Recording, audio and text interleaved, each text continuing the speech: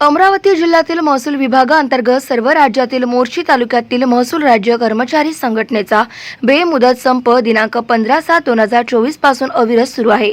गेल्या अनेक वर्षापासून मागण्या मंजूर न केल्यामुळे संपासारखा निर्णय घ्यावा लागला। मार्ग न काढल्यास तीव्र स्वरूपाचे आंदोलन करण्याचा इशारा संघटनेने दिलेला आहे।